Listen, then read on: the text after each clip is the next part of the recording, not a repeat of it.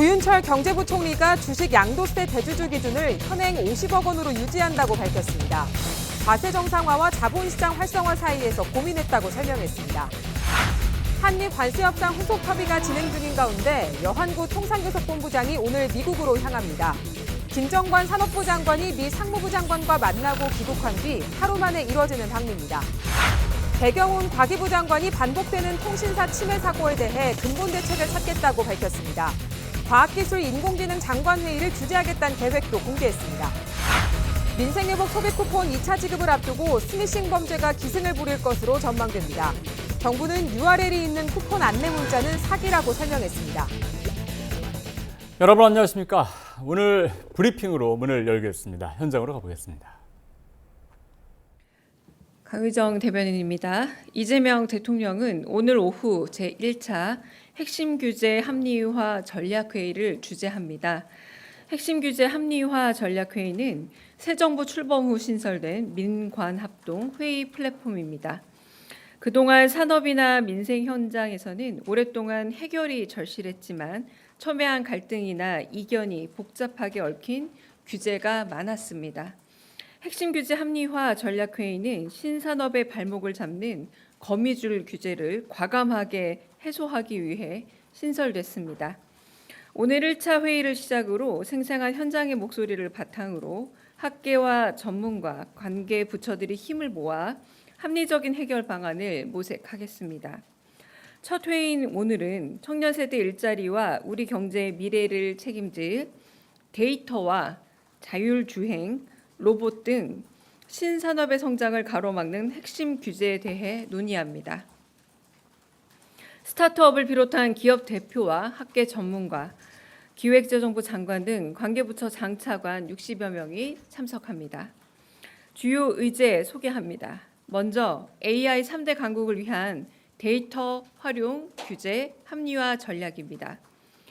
AI 학습을 위한 저작권 데이터를 기업들이 걱정 없이 활용할 수 있게 공공 데이터를 더 쉽게, 더 많이 개방하는 방안이 모색됩니다. 또한 미래 산업 엔진인 자율주행, 로봇 산업 규제 합리화에 대한 논의도 이루어집니다. 자율주행 시범 운행을 위한 실증 지역을 대폭 확대하고 산업 현장에서 로봇 도입을 확대하기 위해 불필요한 규제를 일괄 정비할 예정입니다. 또한 경제 혁신을 위해 기업 성장을 촉진시키고 경제 형벌을 합리화하는 방안에도 머리를 맞대게 됩니다. 불필요한 규제가 허들이 되어서는 안 된다는 각오로 신산업의 발목을 잡는 거미줄 규제를 대통령이 직접 나서 확 걷어내겠다는 의지입니다. 오늘 회의는 KTV 국민방송을 통해 생중계됩니다. 이상입니다. 구윤철 경제부총리가 오늘 국회에서 열린 추석 민생안정대책 당정협의에서 주식 양도소득세 과세 대상인 대주주 기준을 종전과 같은 50억 원으로 유지한다고 밝혔습니다. 구 부총리는 지난 7월 세제 개편안 발표 이후 주식 양도소득세 대주주 기준에 대해 과세 정상화와 자본시장 활성화의 필요성 사이에서 고민했다며 이같이 밝혔습니다. 정부는 지난 7월 주식 양도소득세 과세 대상인 대주주 기준을 현행 50억 원에서 10억 원으로 강화하는 세제 개편안을 내놓은 바 있습니다.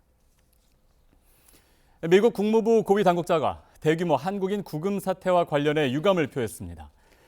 크리스토퍼 랜드 미국 국무부 부장관은 어제 박윤주 외교부 1차관과 한미 외교 차관 회담에서 이번 사태가 일어나게 된 데 대해 깊은 유감을 표명하고 이번 사태를 제도 개선과 한미 관계 강화를 위한 전기로 활용해 나가자고 밝혔습니다.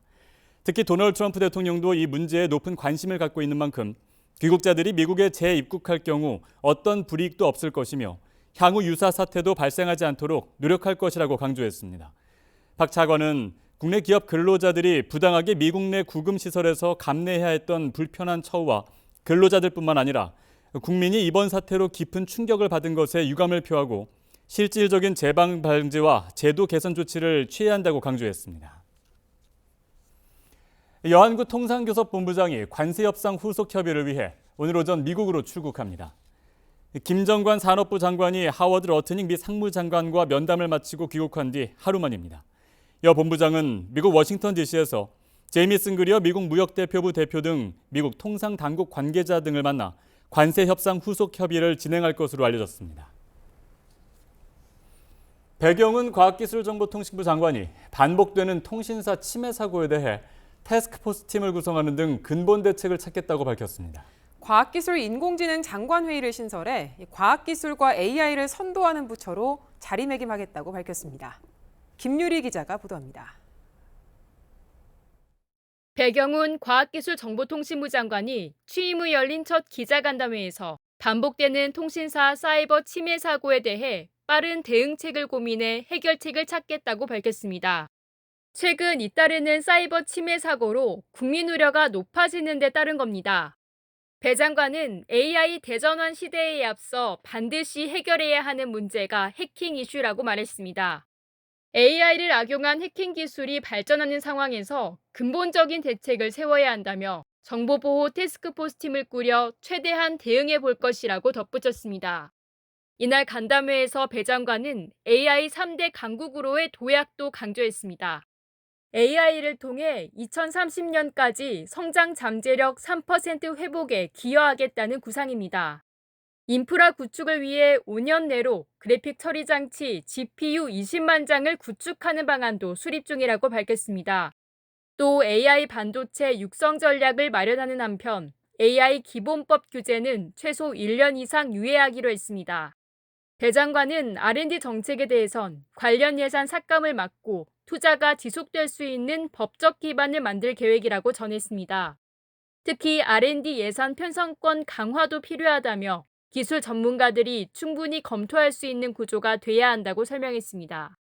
아울러 오는 10월 초 부총리급 부처로 격상되는 데 맞춰 과학기술 인공지능 장관회의를 주재하겠다는 계획도 공개했습니다. 배 장관은 과학기술과 AI를 선도하는 부처로 자리매김하겠다고 강조했습니다. KTV 김유리입니다. 민생회복 소비 쿠폰 2차 지급을 앞두고 스미싱 범죄가 기승을 부릴 것으로 전망됩니다. 정부는 문자 속 인터넷 주소를 클릭하지 말고 곧바로 신고해달라고 당부했는데요. 2차 쿠폰 신청은 22일 시작됩니다. 강재희 기자입니다. 정부가 2차 민생회복 소비 쿠폰 안내 문자를 사칭한 스미싱 범죄의 주의를 당부했습니다. 스미싱은 문자 메시지에 인터넷 주소를 넣어 악성 앱을 설치하게 하거나 전화를 유도해 개인정보를 빼내는 수법입니다. 실제로 1차 소비 쿠폰 지급 때도 430여 건의 스미싱 시도가 확인됐습니다. 대부분 불법 도박 사이트 접속 유도였으나 개인정보 탈취형 스미싱 악성 앱도 포착됐습니다. 이에 따라 정부와 카드사, 지역화폐사 등은 2차 소비 쿠폰 안내 문자에 URL 링크를 넣지 않겠다고 밝혔습니다. 비슷한 기능의 배너 링크나 FC도 제공하지 않습니다. 의심 문자를 클릭했거나 악성 앱 감염이 의심될 경우 한국인터넷진흥원 118 상담센터로 신고하면 24시간 무료 상담을 받을 수 있습니다. 한편 2차 민생회복 소비 쿠폰 신청이 오는 22일부터 31일까지 진행됩니다. 민생회복 소비 쿠폰 1차 지급을 통해 어렵게 되살린 내수 회복의 분위기가 2차 지급을 통해 지속될 수 있도록 관계부처 모두 만전을 기하겠습니다. 소득 하위 90% 국민에게 1인당 10만 원이 지급됩니다. 1차와 마찬가지로 신용 체크카드, 선불카드, 지역 사랑 상품권 중 지급 방법을 선택할 수 있습니다. 사용기간은 11월 30일까지, 쓰지 않은 금액은 소멸됩니다. KTV 강재입니다.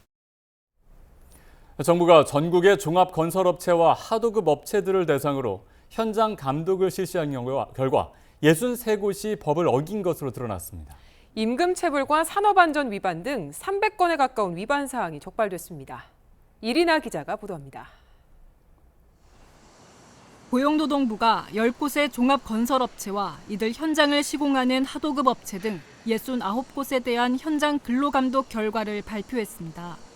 감독 결과 69곳 중 90% 이상인 63곳에서 임금체불과 불법 하도급을 비롯해 산업안전 보건조치 위반 등 297건의 법 위반 사항을 적발했다고 밝혔습니다.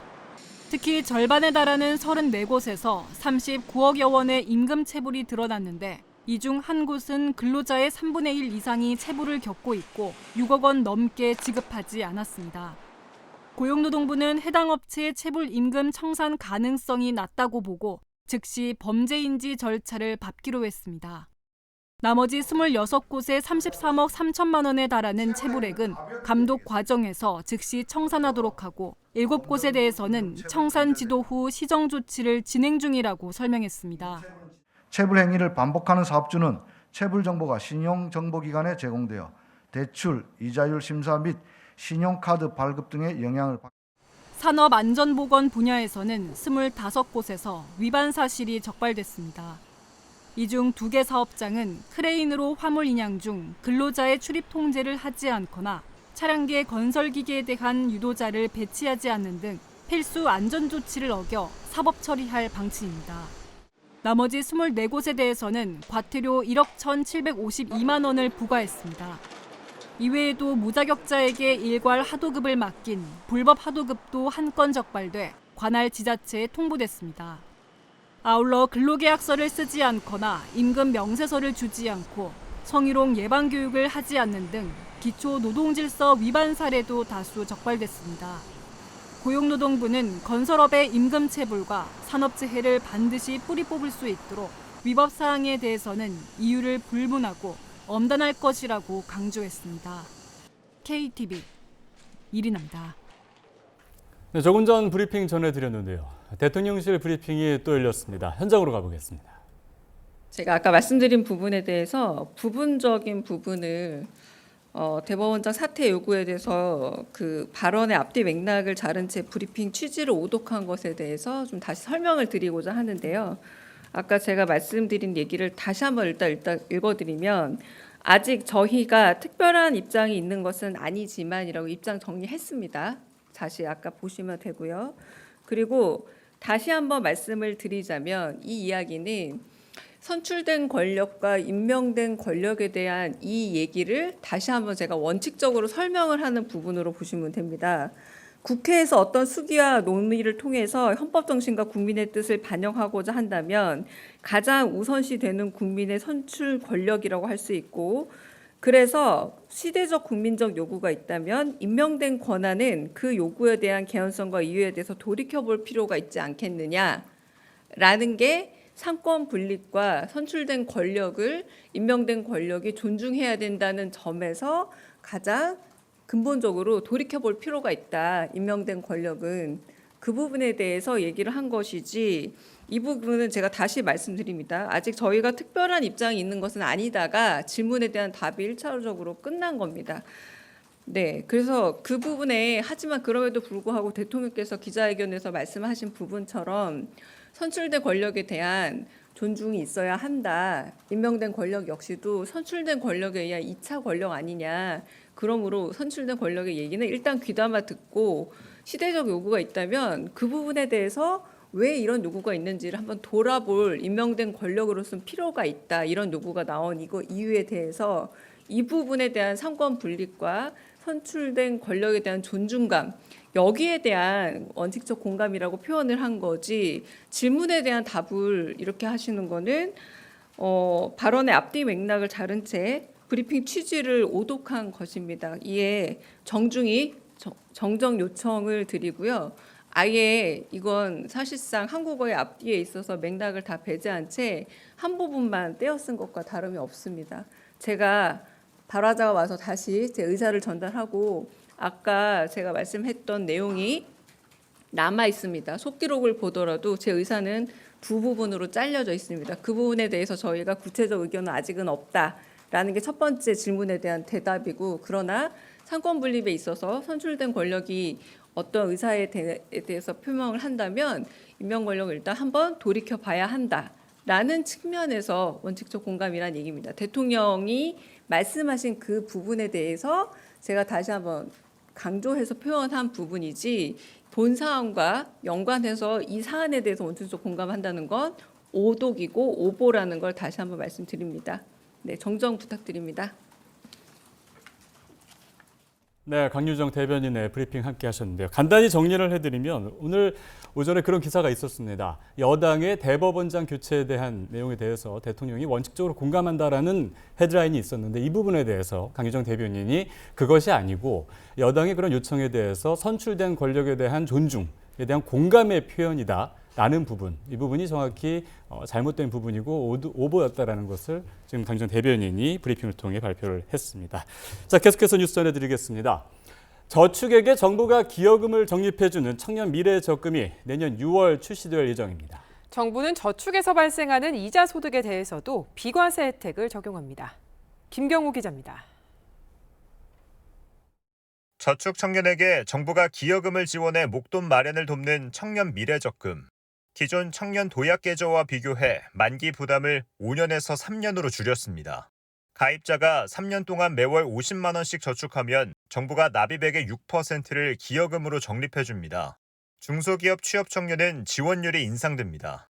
중소기업에 신규로 취업한 청년에게는 정부 기여금을 2배로 매칭하여 근속을 돕겠습니다. 만기 시 총 저축액은 이자를 제외하고 2천만 원 내외로 예상됩니다. 구체적인 이자율은 은행의 사업 참여 이후 확정될 예정입니다. 청년 미래적금 가입 대상은 개인소득 6천만 원 이하이고 가구 중위소득이 200% 이하인 청년입니다. 소상공인의 개인소득 기준은 연매출 3억 원 이하로 설정됐습니다. 정부는 앞으로 이자 소득에 비과세 혜택을 부여하는 방안도 추진합니다. 기존 청년 도약계좌 가입자가 청년 미래적금으로 갈아타는 길도 열어주기로 했습니다. 또 내년 6월 상품 출시를 목표로 매월 정례회의를 열어 상품 설계를 구체화할 계획입니다. KTV 김경호입니다. 한국산으로 둔갑해 미국으로 불법 수출된 중국산 금 제품이 세관 당국에 붙잡혔습니다. 미국의 고관세를 피하려고 상대적으로 낮은 관세율이 적용되는 한국산 지위를 이용한 건데요. 올해 들어 이렇게 적발된 불법 우회 수출 규모가 지난해보다 14배 증가했습니다. 조태영 기자가 보도합니다. 박스 안에서 수십 개의 비닐봉지가 나옵니다. 미국 수출용으로 포장된 중국산 금 가공 제품입니다. 그런데 미 세관에 제출할 원산지 증명서에는 한국산으로 기재돼 있습니다. 관세청은 지난달 중국, 베트남, 인도네시아산 금 가공 제품을 미국에 우회 수출한 국내 귀금속 업체 7곳을 적발했습니다. 우리 세관에는 외국산으로 신고하고 미국 세관에는 허위 원산지 증명서를 첨부해 한국산으로 속였습니다. 적발 규모는 총 2,839억 원에 달합니다. 미국으로부터 상대적으로 낮은 관세율이 적용된 한국산 지위를 악용한 겁니다. 아무래도 중국의 관세율은 사실은 바이든 행정부부터 굉장히 많이 올렸고 이번 트럼프 대통령이 기존보다는 올린 상태이기 때문에 아무래도 관세 차원에서 우회 수출하는 것이 분명히 이익이 있다. 올해 미 관세 여파로 불법 우회 수출 규모가 급증했습니다. 1월부터 8월까지 적발된 우회 수출은 약 3,569억 원, 지난해 같은 기간보다 약 14배 늘었습니다. 외국 기업이 한국 현지 법인을 이용하는 경우도 적발됐습니다. 포장만 바꿔 국산으로 둔갑하는 이른바 택가리 수법입니다. 관세청은 미 우회 수출 단속을 강화하겠다고 밝혔습니다. 지난 4월 신설한 무역안보 특별조사단 등을 통해 집중 단속할 계획입니다. 또 AI를 활용한 수출입 모니터링도 늘릴 방침입니다. 아울러 국정원, 산업부 등 국내외 기관과의 공조수사를 확대하겠다고 전했습니다. KTV 조태영입니다.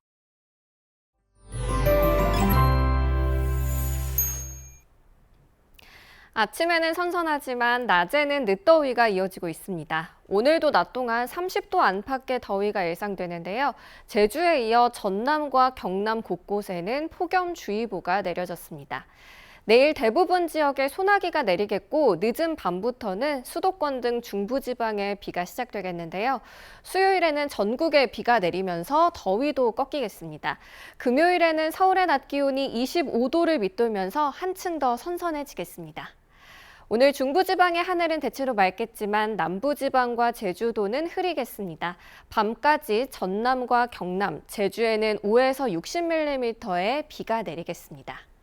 공기는 깨끗하겠습니다. 전국의 미세먼지 농도는 좋음 단계를 보이겠습니다.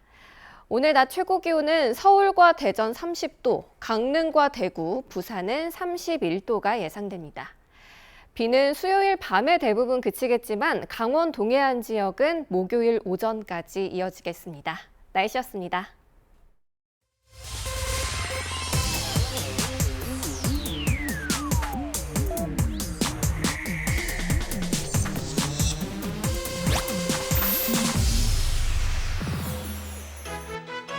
접경지역 근처라는 사실이 아주 악성 운명이라고 생각되지 않게 우리 정부에서 각별한 배려를 하도록 하겠습니다.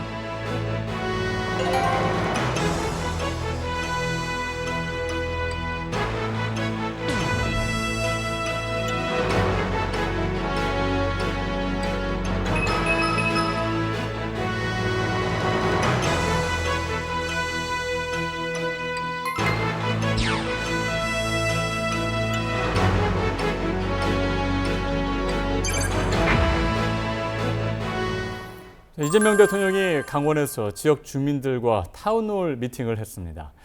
앞서 보신 것처럼 군사지역 규제를 완화하고 또 K문화관광벨트를 발굴하겠다는 계획도 발표했는데요. 대담에서 알아보겠습니다. 정부가 미국에 구금됐던 한국 근로자들의 귀국 후에 이 미국과 비자 제도 개선 방안을 논의하기로 했습니다. 자세한 내용 서울 스튜디오 연결해 살펴보겠습니다. 차윤주 앵커. 네, 대담 이어가겠습니다. 주요 정책 현안 배종찬 인사이트K 연구소장과 함께 자세히 짚어보겠습니다. 소장님 안녕하십니까? 안녕하십니까? 이재명 대통령이 강원 지역을 찾아 도민들과 지역 발전을 위한 간담회를 가졌습니다. 모두 발언 먼저 듣고 오겠습니다. 전국 최대 관광지이기도 하고 최고의 청정 지역이기도 한데 또 한편으로 보면 남북 대치에 따른 엄청난 희생을 치르고 있는 지역이기도 합니다. 강원도의 접경지대에 사는 게 죄인인 거죠.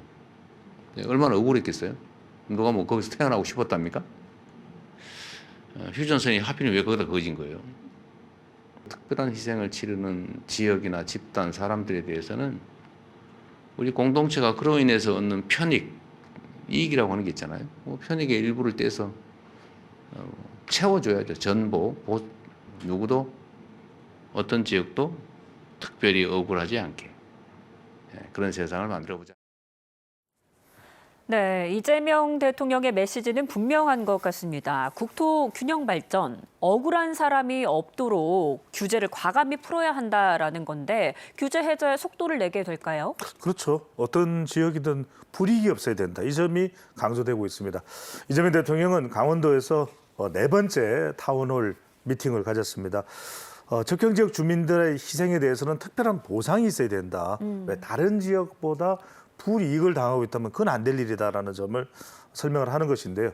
출향민이 많고 지역 발전은 정체돼 있다. 수도권 집중에 또 상대적인 피해 지역 아니겠습니까? 예. 그 점도 분명히 했습니다. 수도권에 집중되고 있고 부동산은 격차가 벌어지고 있다. 실제로 그렇거든요. 강원도냐 또는 어디냐에 따라서 또 강원 북부냐 또 남부냐 중부냐. 이재명 대통령은 강원도는 안보의 최전선이다. 지역 발전에 제약이 많을 수밖에 없다. 그게 바로 또 인구가 또 빠져나가는 가장 큰 이유가 될 수 있겠고요. 네. 국방부는 전국의 여의도 88배의 규제를 완화하려고 한다. 특히 이제 그 중에서도 강원도 지역 내에서 좀 속도를 내야 되는 점도 강조를 한 부분이 있습니다. 이재명 대통령은 군사시설 보호구역 해제가 핵심이다. 참 이게 빨리 안 되거든요. 예. 하지만 이제 군사시설 보호구역 중에서도 이제는 성격이 변한 지역들이 많이 있습니다. 아주 도심과 가깝거나 또는 이미 이제 군 부대가 이전한 경우에는 이 부분에 대해서 규제가 해제되고 개발이 돼야 되는데 예. 안 되고 있는 그런 점을 이제 설명을 하고 있는 것으로 보입니다. 국방장관은 적정성 검토 후에 필수 요소는 제외를 하고 규제를 풀 것이라는 점도 분명히 했습니다. 네, 이런 특별한 보상과 함께 새로운 구상도 내놨습니다. 관련 내용 듣고 오겠습니다.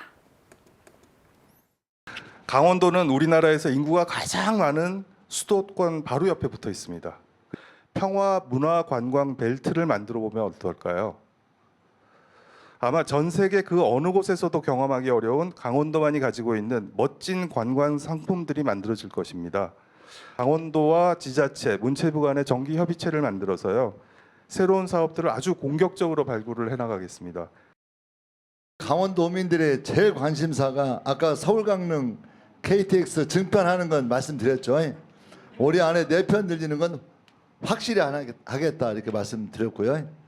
그다음에 이 영남에서 올라오는 그 동해안철도 있죠. 그쪽에서 이 삼척 강릉 구간이 계속 너무 조속이어서 거기를 빠르게 놓는 것이 반드시 하겠습니다. 네, 최희영 문체부 장관이 강원 문화관광벨트 조성을 제안했는데 그러면 어떻게 변화가 되게 되는 건가요? 그렇습니다. 지역 개발인데 이제는 가장 많은 사람들이 찾을 수 있는 곳 바로 강원도. 예. 실제로 강원도가 관광의 중심지인 것은 역대 정권에서도 여러 차례 이야기된 바가 있었습니다. 문화체육관광부는 강원 문화관광벨트를 추진하겠다. 지역 성장 동료로. 저도 뭐 주변에 아는 외국인들이 많지만 정말 강원도 너무 좋아합니다. 네. 뭐 거리만 좀 교통만 더 좋아지면 더 자주 가고 싶다는 이야기를 하고 있으니까요. 여기다 이제 관광객 62명당 거주지 1명의 소비를 대체한다. 그러니까 주민 수는 맞지 않고 또 인구는 좀 줄어들고 있는 상황이라면 오히려 관광객들이 늘어나는 이 유동 인구에 대체야말로 상당히 효과적이다. 인구 소멸의 해법이라는 것을 설명하고 있는 것입니다. 문체부는 지자체와 협의체를 구성을 해서 새로운 사업을 발굴하는데 우리가 왜 드라마만 찍어도 그 드라마 장소다.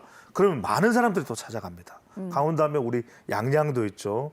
물 때문에 상당히 좀 고통을 받고 있지만 강릉도 있죠. 삼척도 있죠. K컬처 인기가 외국인 관광객에 증가되고 있기 때문에 강원도로 많이 유입될 수 있을 것이라는 점도 강조가 되는데 이 강원도는 평화, 힐링, 또 해양, 문화, 내축의 개발이 될 수 있어서 세계적인 관광지가 될 여건을 가지고 있습니다. 예. 평화 관광벨트이기 때문에 DMZ 접경지 중심으로 개발할 수도 있어요. 그러니까 외국인들은 야, 이게가 전쟁이 그렇게 처참하게 일어났다는 그 역사적인 장소구나. 이것도 상당히 관광 문화의 어떤 중심지가 될 수 있는 것이고요. 힐링 문화 관광벨트는 말 그대로 해양 레포츠, 양양 아니겠습니까? 또 서핑의 성지입니다. K-팝 공연 시설도 크게 지어서 서울과 교통만 좀 편해지면요.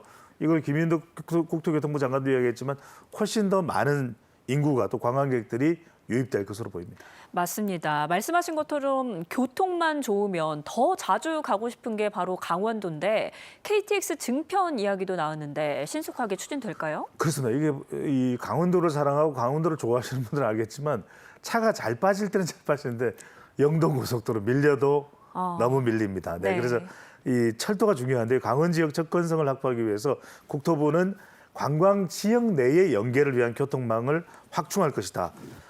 김인덕 국토교통부 장관도 분명히 했죠. 서울 강릉선의 KTX를 연내 4회 더 정편하겠다. 아마 일주일에 이 다니는 횟수 뭐 이제 1일 간격으로 또 주간 간격으로 더 늘어난다는 이야기겠죠. 예. 수건 사업이 이제 조기 해결될 수 있을 것으로 보이고요. 또 용문 홍천 철도 여러분들 아실 겁니다. 용문 홍천 방언 바로 이제 강원도 이 산악 지역입니다. 여기를 연결하는 철도 얼마나 또 아름답겠습니까? 또 동해안 여러분들 이 해안도로 달려보시면 너무 좋아요. 이런 데가 있을까? 미국보다 유럽보다 더 좋습니다. 삼척 강릉의 고속도로도 고속철도도 예타가 이제 예비 타당성이 연내에 통과될 것 같은데 GTX도 있습니다. 춘천 원주까지 연장되는 노선. 강원도 그러면 원주 인구가 많은 곳이죠. 또 춘천 도청 소재지가 있는 곳이죠. 지자체와 협의 후에 신속 추진될 것으로 보이고 강원 내륙에 또 영월 삼척 간에 고속도로 교통망이 또 확충이 된다 그러면 이건 정말 대단한 겁니다. 지역도 산단 클러스터가 구축되면서 또 기업들이 많이 올 수 있고 또 관광까지 겸해지는 그런 강원도가 될 것으로 보입니다. 네, 정말 이 수건 사업들이 신속하게 추진될 예정인데 강원 지역 타운홀 미팅, 강원 도민들의 관심이 뜨거웠습니다.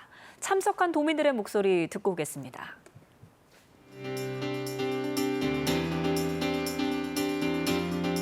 최대 국비 확보려면 홍보에만 열을 올립니다. 특별자치도가 출범했지만 도민들은 무엇이 특별해졌는가? 라고 묻고 있습니다.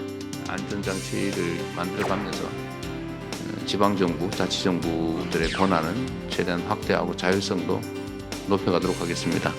지금 이 상황에서 양양입니다. 케이블카? 하지 말아야 됩니다. 하지 말아야 된다 손 한번 들고 있어. 해야 된다 손 한번 들고 있어. 저 드세요. 괜찮아. 그건 뭘 안 그래요. 별로 없네. 예, 일단은 알겠어요. 저것도 저기 상황 보고를 한번 해봐요. 대통령께서 저희 특히 삼척에선 도서관도 없습니다. 아, 그래요? 예, 그게 참 저는 너무너무 놀라웠습니다. 기적의 도서관이라는 것이 건립 중인데 그게 5년 넘게 계속 중단되고 있습니다. 그것도 사실 이해가 되지 않고요. 큰 문제가 없는데 지금 약간의 그 그래요? 지자체하고 문제 있고 예산 시공사하고 어떤 문제가 예산 지원을 좀 검토해 보랬더니 그건 필요 없는 것 같네. 나중에 추가로 돈이 부족하거나 그러면 저한테 메시지를 따로 주세요. 알겠습니다. 감사합니다. 그 발이 안 떨어지네.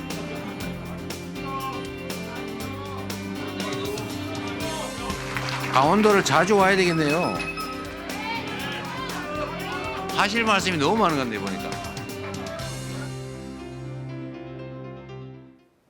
네, 자유토론 시간 잠시 보고 오셨는데 삼척에 도서관이 하나도 없다. 이건 정말 문제인 것 같고 정말 다양한 문제들이 나왔고 대통령이 증문 즉답을 했습니다. 어떻게 보셨어요? 그러니까요. 도민들이 너무 답답하니까. 네. 왜냐하면 답답하면 이게 스트레스가 쌓이는 것이거든요. 그러니까 대통령이 와서 이야기를 듣고 이걸 풀어주잖아요. 예. 이게 이제 중요한 거라고 볼 수 있습니다. 250여 명의 지역 주민이 대통령과 직접 소통하는 이제 자리에 참석을 한 것인데요. 강원 곳곳에서 이제 참석을 한 겁니다. 증문 즉답이 이루어졌고요.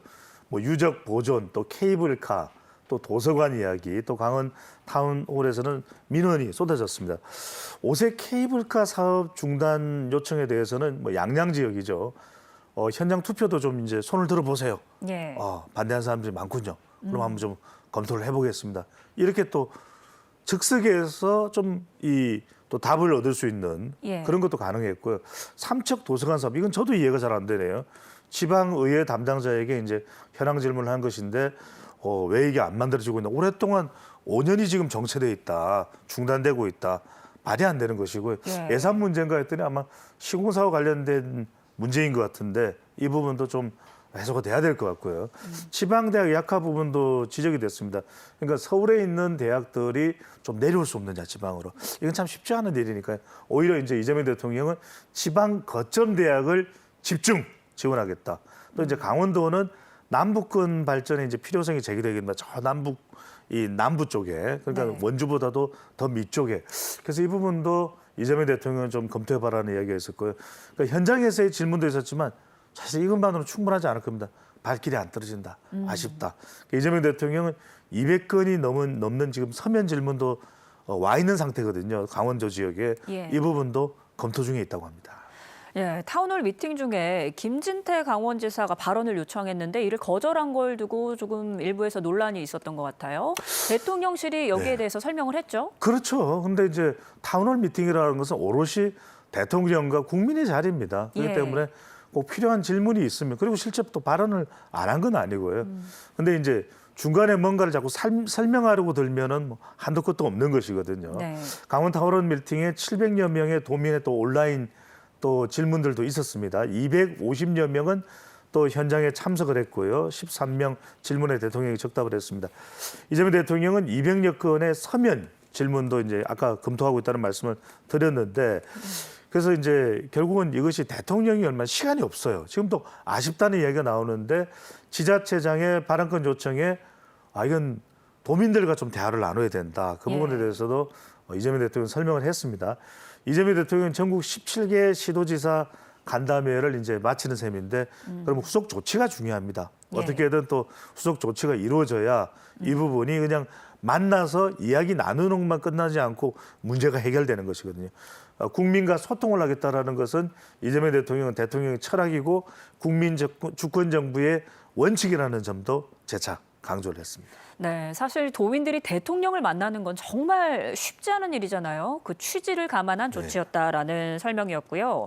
네, 그런가 하면 미 조지아주에서 구금이 됐던 우리 근로자가 지난주에 무사히 돌아왔습니다. 미국 국무부 부장관이 깊은 유감이라고 밝혔는데 미 정부 인사로서는 첫 공식 사과죠. 그렇죠. 이건 뭐 트럼프 대통령도 공감하는 내용일 겁니다. 실제로 많이 후회하고 있을 거예요.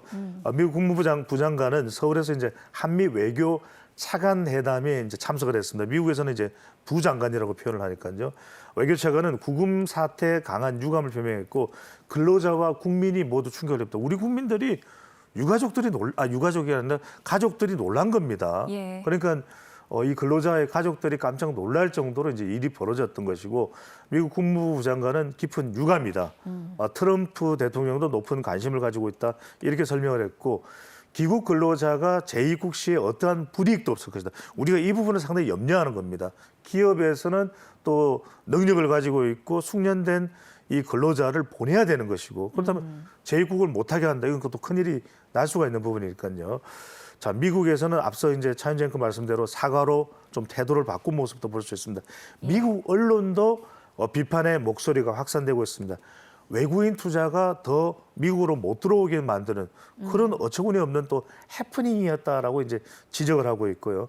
미국 국무부는 제도를 개선하고 한미 관계 강화에 계기로 만들어야겠다고 얘기하는데 이런 일이 없었어야죠. 예. 그러니까 이런 일이 벌어지고 나서 수습을 하려면 그만큼 상처도 남게 마련입니다.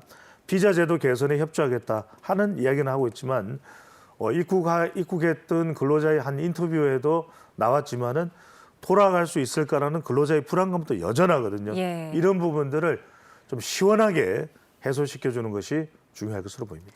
네, 말씀하신 것처럼 근본적인 문제 해결이 중요할 텐데요. 정부는 비자제도 개선 논의를 본격화했습니다. 직접 면담한 조현 외교부 장관의 발언 내용 듣고 오겠습니다. 다시 미국에 일을 하러 올 때 이번 그 일이 비자 받는데 아무런 문제가 없어야 된다 하는 점을 요구를 했고 그 루비오 국무장관으로부터 확답을 받았습니다. 그리고 추가적으로 이 문제를 보다 근본적으로 해결하기 위해서 국무부와 우리 외교부 간에 워킹그룹을 만들어서 새로운 비자 캐테고리를 만드는 것, 또 한국에서 투자와 관련된 기업 투자와 관련된 업무에 종사하시는 분들을 가장 빠르게 비자를 받을 수 있도록 주한 대사관에서 주한 미국 대사관에서 별도의 데스크를 설치를 한다든지 이런 것들을 모두 포함해서 논의할 수 있는 워킹그룹을 만들기로 합의를 했습니다. 네, 한미 워킹그룹을 빠른 시일 내에 만들기로 했습니다. 비원 비자의 해석 차이 문제도 있고 새 비자를 만드는 방안까지 지금 후속 협의가 신속하게 돼야 되잖아요. 그렇습니다. 이게 신속하게 될 수밖에 없을 것으로 보입니다. 예. 지금 미 국무부 부장관도 사과를 하고 있지 않습니까? 또 그만큼 또 우리 근로자 가족들, 우리 국민들까지도 충격을 또 입었던 대목이기 때문에 네. 그렇게 할 수밖에 없어 보입니다. 또 일을 해야 되니까요. 외교장관은 조현 외교부 장관은 이 비자 개선에 착수하고 또 워킹그룹을 만들어서 신속하게 논의할 것이라고 이야기를 했고요. 백악관은 대미 투자, 비자 뒷받침을 못했다라는 그런 반성의 목소리도 나오고 있는 것으로 보입니다. 그래서 네. 후속 조치를 적극적으로 추진하겠다고 하니까요. 트럼프 대통령이 특별 지시로 타 부처의 비협조 가능성을 좀 배제하고 좀 상무부 위주로 또 국무부 위주로 신속하게 접근을 하게 될 것으로 보이는데 실제로 저도 이전에 제가 일을 할 때 비원 비자를 받았던 적도 있는데 이거 실제로 해석하기에 따라서 얼마든지 미국 가서 짧은 기간 동안은 또 업무를 볼 수밖에 없는 비자거든요. 예. 그럼에도 불구하고 이런 비자를 너무 좁게 해석하지 않았나 명확한 기준에 협의가 필요할 것으로 보입니다. 네, 8일 만에 가족 품으로 돌아온 우리 근로자들 정말 생각보다 고초를 많이 겪으신 것 같아요. 대통령실 정부가 직접 맞았고요. 심리 치료를 지원한다고 밝혔죠? 그렇습니다. 미국에 가서 이렇게 정신적인 충격을 크게 받을 수밖에 없거든요. 체포 구금 대단히 정말 있을 수가 없는 일이죠. 이 316명의 구금 근로자가 8일 만에 귀국했습니다. 한 명의 경우에는 지금 정당한 일을 할 수 있는 비자 상태였기 때문에 법적으로 지금 대응을 하고 있는 것이고요. 임산부 한 명이 포함이 돼 있는데 저는 건강에는 문제가 없다. 또 귀국하는 비행기에서도 이 임산부에 대해서는 특별하게 이 퍼스트 클래스에서 좀 더 안정을 취할 수 있도록 또 조치가 취해졌습니다. 대통령실에서는 더 빨리 고국으로 모시지 못해서 송구한 마음이라는 것을 전달을 했고요. 네. 외교장관은 국민 고초에 송구하다라는 이야기도 했습니다. 앞서 말씀드렸던 잔류하고 있는 이 국민 한 명이 있는데 그 재판도 지원을 한다고 합니다. 대통령실은 중요한 건 이 심리치료 겁니다. 일종의 우리가 왜 이런 걸 트라우마라는 이야기를 많이 하거든요. 예. 이런 부분에 있어서 크게 문제가 없도록 또 노력을 하고 지원을 하겠다라고 이야기를 하고 있고, 그래서 LG 에너지 솔루션은 이번에 이 근로자들과 가장 관계가 깊은 기업은 LG 에너지 솔루션입니다. 그래서 1개월간 유급 휴가를 지원해서 안정적으로 좀 쉬면서 재충전할 수 있도록 또 조치가 될 것으로 보입니다. 네, 이 비자 문제 빠르게 근본적인 해결이 됐으면 하는 바람이고요.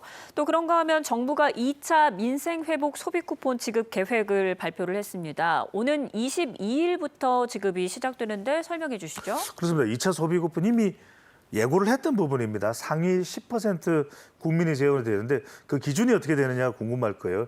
지난해 가세 표준이 12억 원 이상 되는 고소득자, 또 금융소득이 연 2천만 원, 뭐 이자 소득을 이야기하는 겁니다. 2천만 원 이상 초과되는 경우 또는 상위 10%라고 할 수 있는 약 92만 가구, 숫자로는 한 248만 명이 됩니다.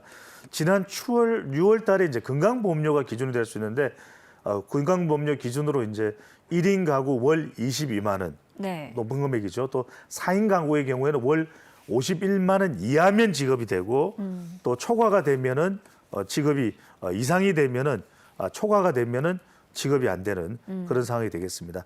1차 때와는 달리 좀 이제 뭐 복잡해지는 그런 차원이 있는데 22일부터 10월 31일까지 신청을 할 수 있고요. 예. 소비는 뭐 연말까지만 쓰면 되는 거 아닙니다. 11월 30일까지는 쓰셔야 됩니다. 반드시. 네. 이 점도 꼭 기억을 해 두셔야 되고요.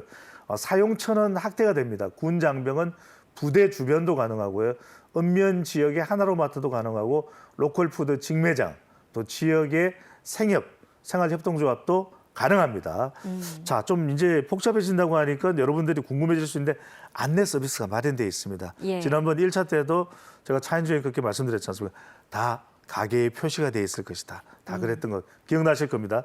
15일부터는 오늘부터죠. 국민 비서 알림으로 지급 대상이 안내됩니다. 염려치 않으셔도 될 것 같고요. 2차 소비 쿠폰 신청과 관련해서 스미싱을 주의하셔야 됩니다. 예. 어떤 이 문자 메시지가 올 수는 있다 하더라도 URL, 이 웹사이트에 주소가 새겨져 있는 게 오시면 절대로 실제 그게 실수로 사실이라고 하더라도 누르지 마십시오. 원칙적으로는 가짜입니다. 가짜이기 때문에 스미싱에 속아 넘어가시지 않도록 주의하셔야 됩니다. 22일부터는 또 카드사 또 건강보험공단을 통해서 직접 조회도 가능합니다. 예, 또 쓸수록 돌려받는 상생 페이백도 오늘부터 신청이 시작되는데 추석 앞두고 돈 쓸 일 많은데 이것도 도움 많이 될 것 같아요. 그렇습니다. 크게 도움 될 것입니다. 쓴 만큼 이제 더 돌려주는 그런 상생 페이백입니다. 9월에서 이제 11월까지 카드 소비액이 전년 대비 증가한 것에 대해서는 20% 환급이 됩니다. 그러니까 100만 원 증가했다. 그러면 20%니까 얼마입니까? 20만 원을 환급받으실 수 있다. 상생 페이백은 오늘부터 신청이 되고요. 첫 주 출생연도 5부제로 오늘은 끝나는 출생연도가 5, 0, 내일은 6, 1. 토요일부터는 모두 신청 가능한데 마찬가지로 신청 기간은 11월 30일까지라는 말씀을 거듭 드립니다.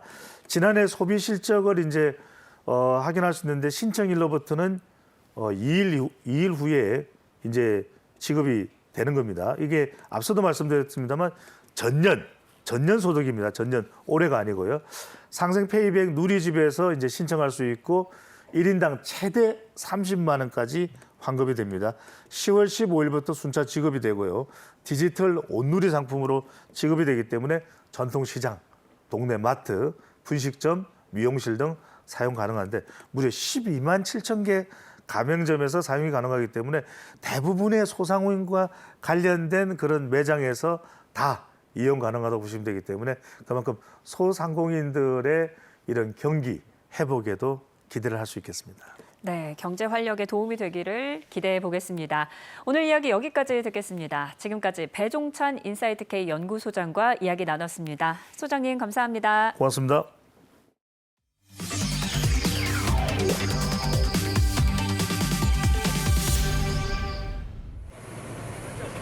월드투데이입니다. 마르코 루비오 미국 국무장관이 러시아 드론의 폴란드 영공 침범을 강하게 비판했습니다. 절대 용납할 수 없는 위험한 사태라고 규정했는데요. 그러면서도 루비오 장관은 드론 발사가 고의였다는 점은 분명하지만 폴란드 영공을 노린 것인지에 관해서는 추가 조사가 필요하다고 밝혔습니다. 따라서 동맹국들과 긴밀히 협의해 사실 여부를 확인한 뒤 구체적인 대응 방안을 마련하겠다고 강조했습니다. Irrespective, it shouldn't have happened. I don't think anybody's happy about it seeing happen. You saw NATO respond to it appropriately. We don't want to see it happen again. We think it's a unacceptable and unfortunate and dangerous development in this regard. 한편 러시아 드론의 폴란드 영공 침범 후 나토는 즉각 대응에 나선 바 있는데요. 이번 사건이 우크라이나 전쟁 발발 이후 나토 회원국이 직접 공격을 겪은 첫 사례라는 점에서 국제사회의 긴장이 높아지고 있습니다. 러시아의 군사적 위협에 맞서기 위해 폴란드에서는 수만 명의 국민이 대거 군사훈련에 지원하고 있습니다. 폴란드 북부 러시아 국경 인근 아그니에슈카 예드루샤크시 역시 가족을 지키기 위해 직접 참호를 파고 군사훈련에 나섰습니다. 결혼을 하고 아이가 생기며 직접 싸워서라도 가족을 지키겠다는 강한 의지를 보였는데요. 이 같은 결심을 하는 국민이 늘면서 폴란드에서는 올해 7개월 동안 2만 명 이상이 자원훈련에 참여했으며 연말까지는 무려 4만 명에 이를 전망입니다. 2022년에 2배가 넘는 규모입니다.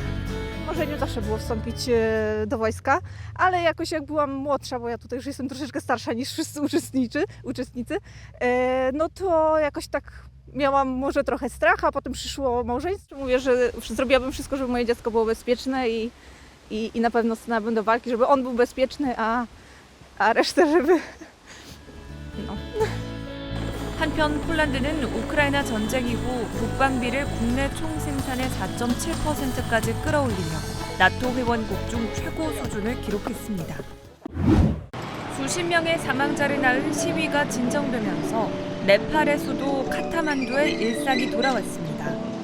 며칠 만에 교통이 정상화됐고 사원과 박물관에도 관광객이 다시 모였습니다. 시민들은 도로가 열려 편안해졌다며 좋아했고 도시를 오가며 8시간을 이동한 한 버스기사 역시 도로가 뚫려 도착이 예정보다 앞당겨졌다며 평온해진 도시에 감사함을 전했습니다. आज बसमा गएर अहिले 11 बजे आएर चाहिँ तपाईँको बसबाट हिँड्ने भन्ने कुरा भइरहेको त्यति नै हो जे होस् गाडी चल्छ मजाले जान्छ अब चाहिँ त्यस्तो कुनै पनि प्रब्लम छैन भन्नु म हिजो राजविराजबाट आएको काठमाडौँ आएको सुचारू कहीँ बाटोमा कहीँ ब्लक पनि भएन सुचारू आफ्नो गन्तव्य बेलामा आइपुग्यो अरूभन्दा आज 2 घन्टा चाँडो आइयो 6 बजे बसबाट आइपुगेको थिएँ त्यसको लागि धेरै धन्यवाद. 이와 함께 새 총리 선출과 조기 총선 준비로 정치적 전환점도 맞고 있는데요. 람찬드라 파우델 네팔 대통령은 의회를 해산하고 내년 3월 5일 총선을 실시한다고 발표했습니다. 크로아티아에서 세계 구조대회가 열렸습니다. 25개국에서 72개 팀이 참가해 구조 실력을 겨뤘는데요. 차 사고에서 환자를 구조하는 구출 종목과 모의 부상자들을 치료하는 트라우마 종목으로 나뉘어 치러진 이번 대회는 단순 경쟁을 넘어 국제적 협력과 학습의 장이 되고 있습니다. 미국 플로리다와 포르투갈 등 세계 각지에서 온 팀들은 서로 다른 경험과 기술을 공유하는 값진 시간을 보냈습니다. Evo ovdje iza nas se odvija svjetsko prvenstvo u spašavanju, 25. po redu. Imamo 72 ekipe u 2 discipline, 36 u disciplini extrication i 36 u disciplini trauma i timovi nam dolaze iz 25 zemalja širom svijeta. Just watching teams and through competition, learning different tactics, strategies, seeing stuff that we might do a different way in the United States that we can incorporate and bring back to our department and do trainings with just companies and department-wide is priceless what you learn here through competition. 참가자들은 이 대회를 통해 배우는 것은 무엇과도 바꿀 수 없을 만큼 소중하다며 국제 협력과 교류의 의미를 강조했습니다. 지금까지 월드투데이 전해드렸습니다. 국민성장 펀드는 정체된 우리 산업에 새롭게 활력을 불어넣을 것입니다. 그리고 국민과 정부와 경제계가 함께 대한민국 미래를 만드는 초석이 될 것으로 확신합니다.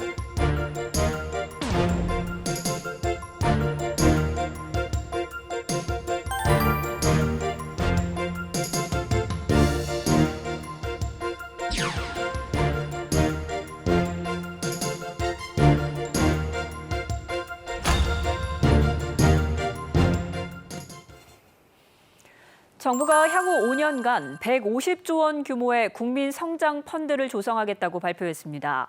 벤처, 스타트업, 그리고 첨단 전략 산업에 집중 투자해 우리 경제의 새로운 성장 동력을 만들겠다는 계획인데요. 실제 벤처 생태계에 어떤 영향을 줄 수 있을지 한국벤처캐피탈 김학균 협회장과 함께 이야기 나눠보겠습니다. 협회장님 안녕하십니까? 네, 안녕하십니까? 이재명 대통령은 국민성장펀드가 우리 산업에 새로운 활력을 불어넣을 것이라고 했는데요. 관련 발언 내용 듣고 오겠습니다. 무역 장벽 강화, 통상 환경 불확실성 같은 이 어려운 시기에 미국, 중국 등의 주요국들이 첨단 전략 산업에 대규모 또 국가적인 투자 지원을 확대하고 있습니다. 그야말로 총성 없는 전쟁이 벌어지고 있습니다.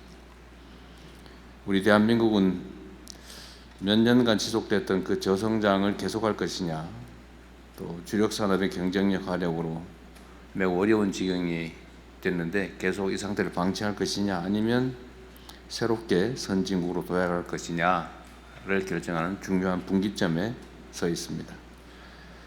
오늘 말씀드리게 될 국민성장펀드는 정체된 우리 산업에 새롭게 활력을 불어넣을 것입니다. 그리고 국민과 정부와 경제계가 함께 대한민국 미래를 만드는 초석이 될 것으로 확신합니다. 네, 국민성장펀드 국민보고대회에 직접 다녀오셨죠. 아무래도 업계 또 정부 학계가 모두 모인 자리였기 때문에 열기가 뜨거웠을 것 같은데 어땠습니까?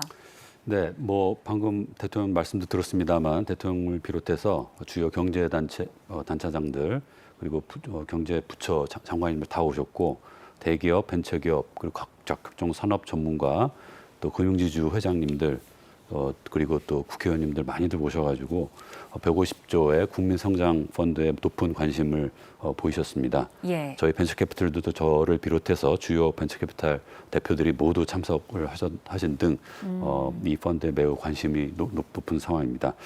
방금 대통령께서도 언급하셨듯이 뭐 이미 모두가 다 알다시피 우리나라가 세계 시장을 주도하던 그 주력 산업이 지금 현재 좀 힘을 잃어가고 있고 미래 먹거리를 아주 절실하게 발굴을 해서 육성해야 될 이런 시점에 국민성장펀드가 경제 주체들한테 많은 관심을 받고 있는 그런 열기를 느꼈습니다.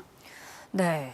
이재명 대통령은 벤처 생태계가 활성화가 돼야 한국 경제에 미래가 있다고 언급했는데요. 영상으로 보고 오겠습니다. 또 한편으로 벤처 기업의 성장, 또 혁신적인 기술이 우리 대한민국의 미래 성장 동력입니다. 그동안에는 대기업 성장 그리고 선진국 추격에 국가 자원을 집중 투입하고 벤처 혁신 기업 육성에 다소 부족한 면이 있었던 게 사실입니다. 잘 되는 기업은 더 잘 되게 하고 실패해도 재기할 수 있도록 벤처 생태계를 활성화해야 대한민국 경제에 미래가 있을 것 같습니다. 벤처 생태계 자금 지원, 또 초장기 대규모 인프라 지원 등의 자본이 사용될 수 있도록 정책 방향을 바꾸겠습니다. 네, 벤처 생태계 자금 지원, 특히 초창기에 대규모 인프라 조성에 자금이 투입될 수 있도록 하겠다라는 건데 이런 정책이 벤처 캐피탈의 관점에서는 어떤 의미가 있을까요? 네, 그 대한민국 미래 산업을 그 펀드 형식으로 재원을 조달해서 육성하겠다라는 의미로 해석되고 있고요. 예. 이 펀드라는 것은 굉장히 직관적입니다. 펀드 참여자들에게 리스크와 그에 걸맞는 리턴을 안기겠다는 그런 형식으로 볼 수 있겠습니다. 네. 펀드를 조성해서 미래 산업을 육성시키는 것은 대한민국 벤처 캐피탈들이 지난 30년간 계속 해온 일입니다. 대한민국 벤처 캐피탈들은 미래 먹거리 발굴을 위해 그동안 인터넷, 유무선 통신, 반도체, 디스플레이, 콘텐츠, 바이오, 뷰티, 헬스케어, 화장품, 로봇에 이어 최근 AI까지 저희 벤처캐피탈이 초기 투자가로 역할을 해왔고 펀드 운영을 통해서 미래의 산업을 계속 키워왔습니다. 얼마 전에 페이스북 운영사인 메타로부터 수조 원의 그 인수 제안을 받은 퓨리오사 AI라는 기업은 엔비디아가 독점하고 있는 시장에서 과감하게 창업을 한 기업에 또 모험 자본이 과감하게 약 3천억 원을 투자하여서 그런 성과를 만들어낸 그런 계기가 됐습니다. 예. 이런 하이 리스크 하이 리턴 투자의 모험 자본의 성공 DNA를 범국가적으로 확대해서 미래 먹거리를 적극적으로 개발하자라는 의미로 해석하고 있습니다. 결론적으로는 민간 주도의 자생적 벤처 생태계를 조성을 위한 기폭제라고 생각하고 있습니다. 국민성장펀드의 자금이 150조 원 규모입니다. 정말 대규모 자금인데 이 자금이 어떤 구성으로 이렇게 구성이 되고 이게 또 벤처 캐피탈, 벤처 기업으로 잘 흘러 들어가야 되지 않겠습니까? 어떻게 흘러 들어갈 수 있을까요? 네, 지금 그날 정부 발표를 보면 150조가 공공기금에서 75조 원, 예. 민간 부분에서 75조 원을 조성해서 약 150조가 이루어지는 것으로 되어 있습니다. 네. 이 재원을 직간접 투자에 50조 원, 인프라 투자에 50조 원, 초저리 대출에 50조 원을 하여 예. 첨단 산업 그리고 첨단 기업, 벤처 혁신 활성화 육성, 지역 성장 및 일자리 확대를 목표로 하고 계십니다. 예. 기존의 벤처 창업과 관련된 부분은 이 중에서 아마 직간접 투자 부분이며 현재 계획으로 아마 35조에서 50조 정도 원이 될 것으로 지금 판단하고 있습니다. 네. 우리나라는 이미 그 모태펀드와 성장금융, 산업은행, 국민연금 등으로부터 펀드가 주도적으로 만들어져서 연간 8조에서 10조 정도의 펀드를 만들어서 벤처 시장에 투자하는 그런 시스템을 갖춰져 있습니다. 네. 여기에 추가로 국민성장펀드가 벤처 투자 재원으로 모펀드로 활용돼서 벤처 투자 시장에 의미 있는 자금이 들어오고 또 말씀드리겠습니다. 코스닥 활성화에도 기여해서 예. 벤처 생태계를 선진화하는 그런 계기가 될 것으로 기대하고 있습니다. 여기서 잠깐 그 제1의 벤처 생태계인 미국의 데이터를 한번 좀 살펴볼 필요가 있는데요. 예. 미국은 2024년도에 벤처 투자 총액이 약 우리나라 돈으로 300조 원 수준입니다. GDP 대비해서 약 1% 정도 됩니다. 네. 반면 대한민국은 약 11조 원 정도고 GDP 대비 0.05%입니다. 그러니까 금액으로도 30분의 1 수준이지만 네. GDP 대비로도 16배 작은 규모입니다. 그래요. 따라서 이번 펀드를 통해서 벤처 투자 부분을 더 크게 키우는 것은 전혀 무리한 것이 아니고 예. 반드시 해야 될 그런 상황이라고 봅니다. 미국이 이렇게 주도적으로 계속 투자를 해왔기 때문에 예. 미국은 혁신 생태계가 전 세계 경제를 이끌고 있습니다. 시가총액 1등부터 7등까지가 모두 혁신 기업들이고 예. 이들이 시가총액의 70%를 차지하고 있습니다. 우리나라는 혁신 생태계가 시가총액 차지하는 비중이 약 10% 정도 내외입니다. 네. 따라서 국민성장펀드로 벤처 투자 시장을 확대하는 것은 당연히 해야 될 일이라고 보고 있습니다. 네, 지금 설명을 해주신 게 150조 원이 첨단 전략산업기금 75조 원, 민간 국민자금 75조 원 이렇게 해서 조성이 된다라고 설명해 주셨는데 그런데 돈을 투입한다라고 해도 바로 성과가 나오는 건 아니잖아요. 그런데 벤처 캐피탈 입장에서는 자금을 또 빨리 회수하는 것도 중요하지 않습니까? 어떠세요? 네네. 뭐 빨리 회수하면 좋겠지만 벤처 캐피탈은 이미 그 정책 자금과 민간 자금을 매칭을 해서 말씀드렸다시피 1년에 10조 정도 펀드를 만들어서 투자를 하고 있습니다. 예. 저희 펀드는 약 8년 정도의 기간을 갖고 있고요. 그래서 장기 투자에 가장 익숙한 투자 방식을 저희는 구현하고 있습니다. 네. 뭐 이 기회에 벤처 펀드 연한도 10년으로 늘리는 것도 나쁘지 않다고 생각을 합니다. 말씀해 주셨다시피 하나의 벤처 기업을 육성해서 글로벌 기업으로 가는 데에는 굉장히 많은 시간이 필요합니다. 예. 테슬라의 예를 들면 테슬라가 나스닥 시장에 상장한 게 2011년입니다. 네. 그리고 2019년까지 9년 연속 적자였습니다. 그럼에도 불구하고 나스닥 시장을 통해서 그 당시 약 9조 원 정도를 조달을 하였고 현재까지 약 30조 원을 조달해서 지금 세계적인 글로벌 기업이 됐습니다. 예. 다시 말씀드려서 비상장 시장, 벤처 투자 시장과 코스닥 시장을 나눠서 펀드를 얼로케이션해서 운용을 하면 장기 투자에 걸맞는 그런 성과를 낼 수 있을 거라고 기대하고 있습니다.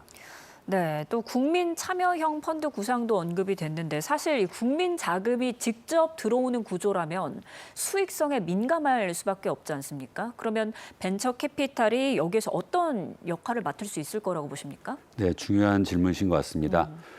벤처 캐피탈은 좀 전에 잠깐 말씀드렸다시피 정책 자금을 반 그리고 민간에서 반 정도 구성을 해서 펀드를 만들어서 약 1년에 10조 정도를 펀드를 만들어서 투자를 하고 있습니다. 예. 따라서 민간 자금을 운용하는 데 있어서도 익숙한 집단입니다. 아울러서 벤처 캐피탈의 그동안 해산 펀드의 평균 수익률은 그 지난 5년간 9%를 훨씬 상회하고 거의 10%에 육박하고 있습니다. 예. 모험 자본이면서도 안정적인 펀드 운영을 하고 있습니다. 따라서 국민 참여형 펀드에서도 벤처 캐피탈이 큰 역할을 할 수 있을 거라고 보고 있습니다. 만약에 국민 참여형 펀드는 얼로케이션을 좀 달리 한다면 아마 그 여신이나 대출, 인프라 투융자 등 좀 안전한 곳 혹은 좀 이따 제가 설명드릴 코스닥 전용 펀드에 배분하면 좀 더 안정적으로 수익성 있게 참여하신 국민들께 혜택을 돌려드릴 수 있지 않을까 그렇게 생각하고 있습니다. 예, 또 이번 펀드는 정부와 민간이 함께 움직이는 구조 아니겠습니까? 그런데 이제 민간 벤처 캐피탈 입장에서는 사실 자율성이 보장되는 게 좀 중요할 것 같아서요. 성공을 하려면은 이 자율성이 보장되는 문제도 좀 어느 정도 해결이 돼야 될 것 같은데 이 부분은 어떻게 보십니까? 네, 이 부분은 저희가 2000년대 초부터 약 2005년이라고 기억되는데요. 정부 주도 하에 저희가 민간을 매칭해서 펀드를 계속 조성해서 운용을 해왔는데 예. 운용사의 자율성이 이미 매우 보장되어 있습니다. 그래요? 네, 예전에 정부가 직접 한번 벤처기업에 직접 투자를 해서 크게 낭패 본 경우 케이스가 있었습니다. 예. 네, 그래서 그걸 계기로 그래서 뭐 한국 벤처 투자가 설립돼서 이제 모태 펀드를 통해서 펀드가 설립이 되고 있고요. 따라서 운용사의 자율성은 이미 보장되어 있는 체계가 되어 있습니다. 네, 그렇군요. 그런데 이 벤처 투자 시장은 코스닥이 침체되어 있어서 회수에 어려움이 있다 이런 지적도 있는데 이런 구조적 한계를 어떻게 풀면 좋을지 이번 펀드가 어떤 해법이 될까요? 네, 매우 좋은 지적이십니다. 한국의 벤처 투자 시장은 2000년대 초반에 불과 1조가 안 되던 시장에서 예. 지금 뭐 10조 정도 투자하니까 예. 약 25년 동안에 거의 20배 정도 컸습니다.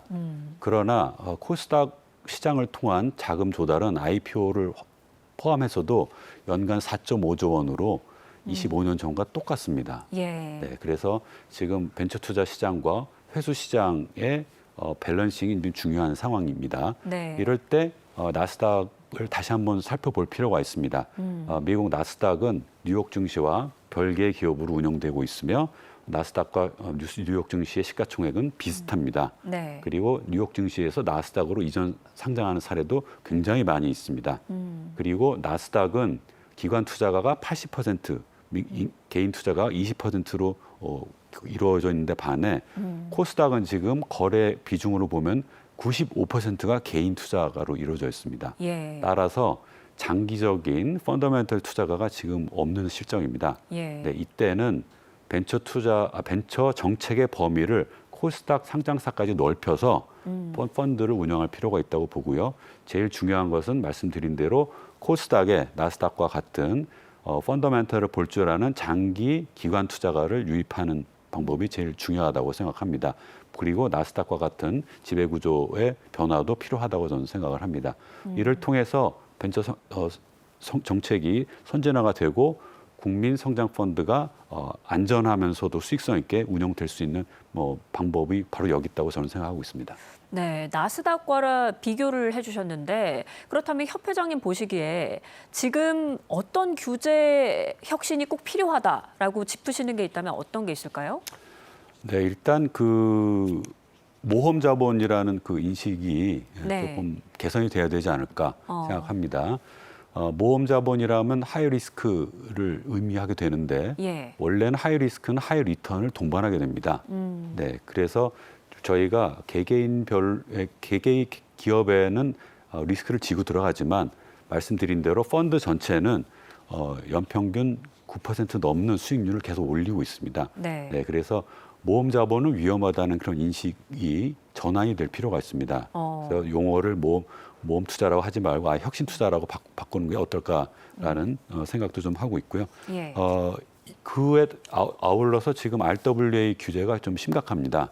네, 지금 은행권에서 그 RWA의 과도한 규제로 인해서 예. 벤처 펀드 출자가 좀 어렵고 있습니다. RWA가 뭐예요? RWA는 은행권에서 벤처 펀드 어떤 투자를 할 때 예. 그 투자의 성격에 따라서 위험 가중치를 두는 방법입니다. 네, 지금 벤처 펀드에 대해서 가장 높은 400%를 위험 가중치를 두고 있습니다. 예를 들어 10억을 투자하면은 40억을 투자한 것처럼 인식이 되게 하는 방법입니다. 네, 이거는 뭐 물론 국제 협약에 의해서 약간 움직임이 있지만 선진국은 아직도 RWA 규제를 벤처 펀드 투자 한해서 100에서 150%를 적용하는 데 반해 우리가 너무 선제적으로 약 2년 동안 400%를 적용하고 있어서 예. 매우 그 펀드 출자에 좀 어려움을 겪고 있습니다. 이 부분 바로 글로벌 스탠다드로 가야 되고 이 부분 다시 원활하게 해서 벤처 생태계를 원활하게 하는 그런 필요가 있습니다. 아울러서 방금 코스닥 펀드에 대해서 좀 말씀드렸는데 코스닥 시장을 활성화하기 위한 펀드를 약 30조 원 지금 구성해서 넣어야 되고 예. 이것이 국민성장펀드의 일부분이 돼야 된다고 생각을 합니다. 그리고 그 지금의 코스닥의 상장과 관리 체계로는 나스닥과 같은 우수한 글로벌 기업을 육성하기가 어렵습니다. 네. 이 부분도 빨리 선진화할 필요가 있다고 생각하고 있습니다. 그러면 이 국민성장펀드가 정책 드라이브에 그치지 않고 실제로 혁신 생태계를 조성하기 위해서는 앞으로 남은 과제들이 있을 것 같습니다. 어떤 과제가 있을까요? 네, 뭐 항상 악마는 디테일에 있다고 하지 않습니까? 예. 네, 이 부분에 대해서는 우리나라가 혁신 생태계에 미국 다음 가는 그런 혁신 생태계를 만든다라는 그런 정책 목표가 뚜렷이 있어야 된다고 생각을 합니다. 지금까지 우리 우리나라 벤처 정책은 그해 유니콘 개수가 몇 개였냐, 그해 투자가 몇 개가 되었느냐 여기에 좀 그쳐 있다고 저는 보고 있습니다. 예. 이제는 혁신 기업이 얼마나 많이 나왔느냐를 놓고 정책의 목표를 세워야 된다고 생각을 합니다. 네. 그리고 이번에 혁신 생태계, 혁신 성장 펀드에 많이 모이신 것처럼 범부처가 범정부적으로 이 혁신 생태계를 만드는데 목표를 하나로 두고 같이 움직일 필요가 있다고 생각합니다. 혁신 생태계는 혁신 기업이 주도할 수밖에 없습니다. 왜냐하면 기존 생태계를 잠식하면서 새로운 기술과 산업을 만들어내는 것이거든요. 예. 네, 미국의 예가 바로 그렇습니다. 미국은 독립적인 벤처 캐피탈들이 오랫동안의 경험을 바탕으로 네. 벤처 기업들을 육성하고 있습니다. 임기가 정해진 그런 구조로서는 혁신 생태계를 크게 키울 수가 없습니다. 네. 따라서 혁신 생태계는 혁신 기업들이 주도를 하고 네. 여기 대기업들과 정부에서 인프라 측면에서나 M&A 측면에서 지원을 하면서 각자 역할 분담을 명확하게 하면서 혁신 생태계를 이제 선진화할 필요가 있다. 이렇게 생각하고 있습니다. 네, 알겠습니다. 오늘 이야기는 여기까지 듣겠습니다. 지금까지 한국벤처캐피탈의 김학균 협회장과 함께 이야기 나눴습니다. 협회장님, 오늘 말씀 고맙습니다. 고맙습니다.